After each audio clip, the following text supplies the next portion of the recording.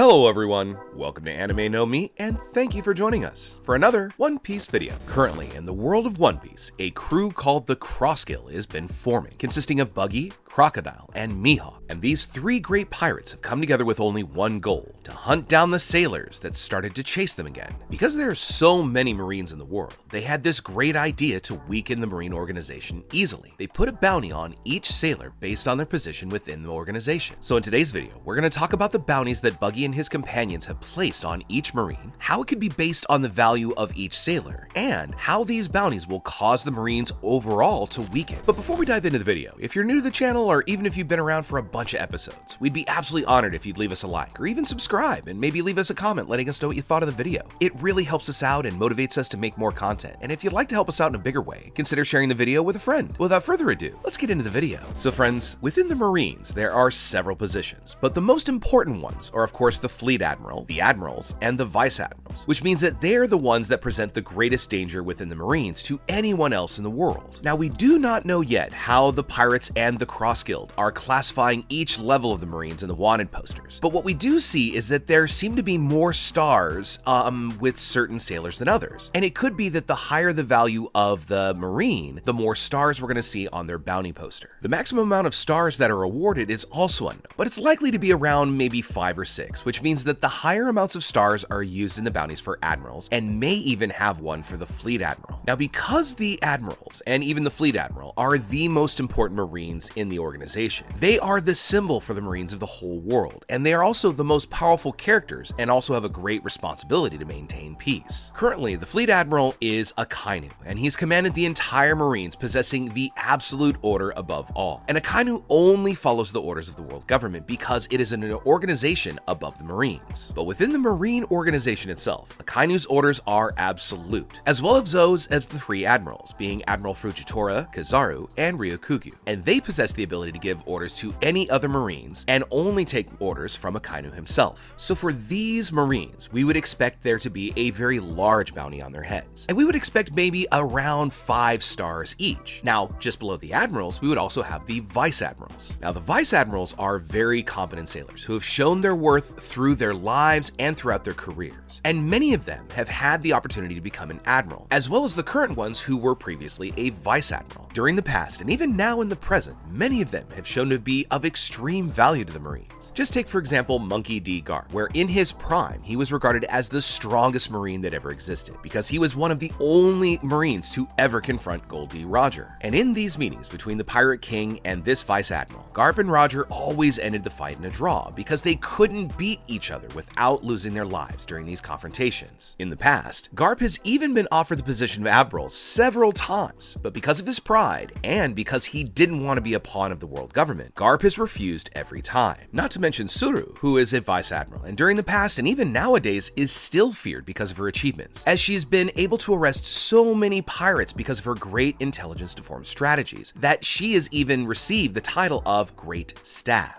The Vice Admiralty, although not having the same level of strength as an admiral, it is still quite clear that they are very competent Marines and have been able to accomplish many things throughout their careers. So many of them would probably have a 4-star bounty, still being very valuable to bounty hunters or even civilians who wish to obtain a bounty from these individuals. Next within the Marines, we have the Rear Admirals, which may not be as well-known Marines as some of the others, but they are still very loyal to their positions. Some of the better-known Rear Admirals would be Kobe, who is of course a great friend from Luffy's in the past, as well as Hina, who's appeared several times during very specific arcs. Because they may not be as important as, say, Vice Admirals and Admirals and up, they may only have a bounty of, say, about 3 stars, which would be an average bounty compared to other levels of Marines, or even pirates for that matter. Beyond the levels of the Admirals, we also have Commodores, Captains, Commanders, Lieutenant Commanders, and other lower positions that may only warrant about 1 to 2 stars. Now, depending on the strength and level of fame that each of these Marines have,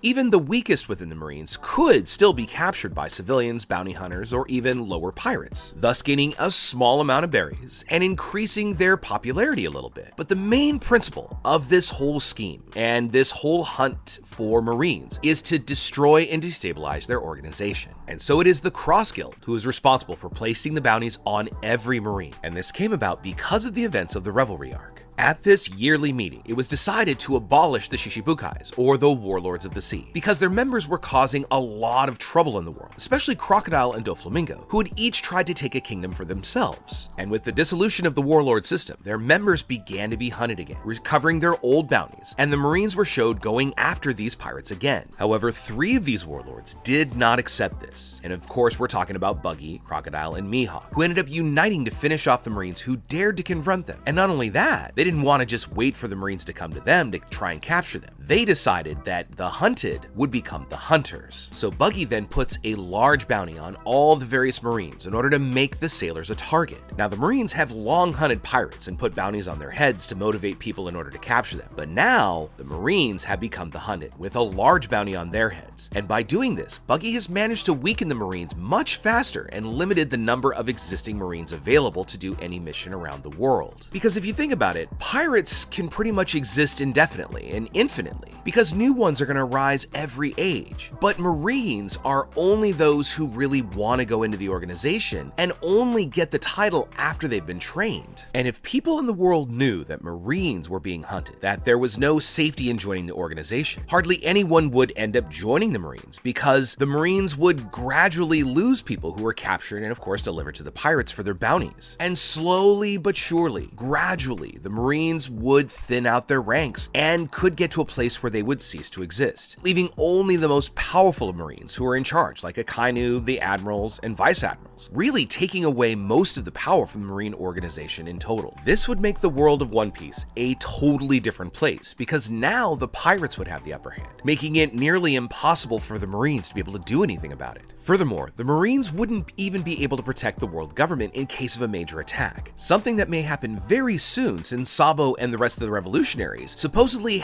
got involved in a scuffle during the revelry and have been accused of killing King Cobra Nefertari. If we add in the fact that there are now bounties on Marines, the revolutionaries may use this opportunity to go after the world government to destroy them, because they're not going to have as many sailors at their disposal. So that just leaves the mysterious SSG, or Special Science Group, which is currently one of the only 3 pillars left in the world of One Piece, and they would be the last line of defense that would be able to fight alongside the world government and perhaps prevent them from succumbing to the revolutionaries should they try to start a major fight. So going back to the Cross Guild, it's possible that this organization may be the most powerful one in the world, because they're led by 3 former warlords of the sea, being Buggy the Clown, Hawkeye Mihawk, and Crocodile, King of the Desert. Now, we don't know how this alliance works yet, but apparently it looks like Buggy is the leader, or at least their public face. And it may be this very organization that Buggy was able to put together that allowed him to become a Yonko, because Crocodile and Mihawk don't necessarily have a crew. I mean, we know that Mihawk pretty much sails by himself on his kind of coffin boat, but Buggy has men that follow his orders and already has a crew of some pretty powerful members, so it wouldn't take much convincing to bring Crocodile and Mihawk into the fold. But currently, not much else is known about how this group was formed, or even the reasons that led them to accept Buggy's proposal, which makes this alliance really curious. Even Zoro was quite surprised when he found out about this alliance through a poster, and is surprised by the fact that Mihawk had even joined Buggy, because Zoro trained with Mihawk over the time skip, and he could never imagine how Mihawk, who is a very lonely character and kind of solitary in his own right, and also very protective about himself, is just very curious for such a solitary individual to put himself and make himself a part of a group. And then if we talk about Crocodile, this is a very arrogant and ambitious pirate, where we've seen that he follows only his own desires, and no matter what he has to sacrifice to achieve his goals, he's gonna do it. So aligning with Buggy and these other people may not have been a very easy thing to do. However, we do know that Crocodile had been impelled down, and that incarceration could have brought him a change of mind. But somehow, and maybe against all odds, Buggy was able to talk them into joining forces to defeat the Marines. And Buggy was also able to convince the newspaper, although let's be honest, I don't think it took a lot of convincing for Big News Morgan, because we know how much he loves drama and loves a good story. But nevertheless, Morgan still published the Admirals Wanted posters all over the world in his newspaper. And just this fact goes to really reinforce the idea of how convincing Buggy can be to get people to do what he wants, which may have been the very skill that allowed him to make his crew all the more powerful with the alliance of Crocodile and Mihawk. But of course, this is only beginning of the goals of these 3 pirates, and they still may have an even bigger destination or goal that involves the Marines, or even the total destruction of the Marines and world government. So as we head into this final saga of One Piece, we see that the world government is getting to be at a point of a great disadvantage, and they are slowly losing credibility throughout the world, and are also suffering more attacks from the revolutionaries. Factor in the creation of the Cross Guild as well, and the world government is no longer going to be able to attract or recruit sailors to help them with the Marines, and the Marine is going to find itself in its own problems, meaning that the SSG, this special science group that is laid in the shadows, may be the sole responsible party for ensuring the safety of the world government and the Celestial Dragons. These new alliances that are emerging are also increasingly a triggering future where a great conflict between Marines, pirates, and the world government could stand to be the greatest of battles never before seen in the world of One Piece, and in fact being much more destructive than the one we saw in Marineford. And obviously, the Cross Guild is going to be one of the organizations responsible for starting this great battle. So hopefully soon we'll get to learn much more about this alliance between Buggy, Crocodile, and Mihawk, how dangerous they can be, and what their final and main goal is. But for now, my friends, I'd love to know what you think about it. First off, why do you think Mihawk joined? I mean, we could see Crocodile joining in with Buggy and maybe having some kind of backstabby plan in the long term, but Mihawk is a very different individual, being very solitary. What do you think maybe brought him into the fold? Next, what do you think about our ideas about the star ranking system for the bounties? I mean, we're just going with some logic here and trying to think about how it would work, but do you have a different idea about it? And if you do, let us know in the comments below. But with all that said, my friends, I want to thank you all so much for watching the video all the way up to the very end. Be sure you comment on any themes or ideas that you'd like to see in future videos. And also, since you made it this far, give us a like or hit that red subscribe button before you head out to take on the rest of your day. I hope to see you all in our next video, and let's keep sailing this giant sea together. Take care.